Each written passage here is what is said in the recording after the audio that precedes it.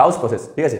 এই ডাউস প্রসেসে কি হয়, একটা ক্লোরোবেনজিন থেকে আমাদের বানানো হয় ফেনল, ঠিক আছে, ক্লোরোবেনজিন থেকে ফেনল। তো কীভাবে হবে, দেখো যে ক্লোরোবেনজিন এখানে সিএল কাছে থাকে লোন পেয়ার, এই লোন পেয়ার দিয়ে সিএল এখানে একটা পার্সিয়াল ডবল বন্ড বানায় ডিউ টু রেজোনেন্স। তার মানে এই সিএলকে এখান থেকে সরানো ইজি না, সিএল একটা নিউক্লিওফাইল সিএল মাইনাস, তো আমরা সিএল মাইনাসকে সরিয়ে তার জায়গায় OH মাইনাসকে আনতে চাইছি।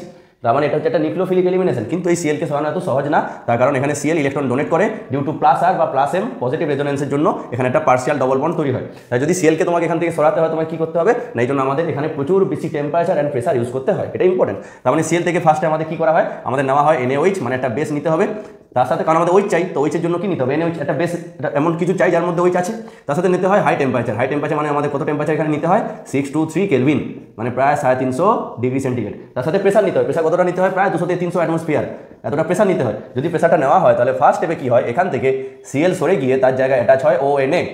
ONA মানে তার নাম কি হবে, এর নাম শুধু যদি বেঞ্জিন মানে এটা ফিনাইল, এই ফিনাইলের সাথে যদি ও থাকে তাকে বলা হবে ফিনাইল উইথ অক্সাইড ফেনক্সাইড, তার সাথে সোডিয়াম মানে এর নাম হবে সোডিয়াম ফেনক্সাইড। তো ফার্স্ট স্টেপে আমরা পাবো সোডিয়াম ফেনক্সাইড।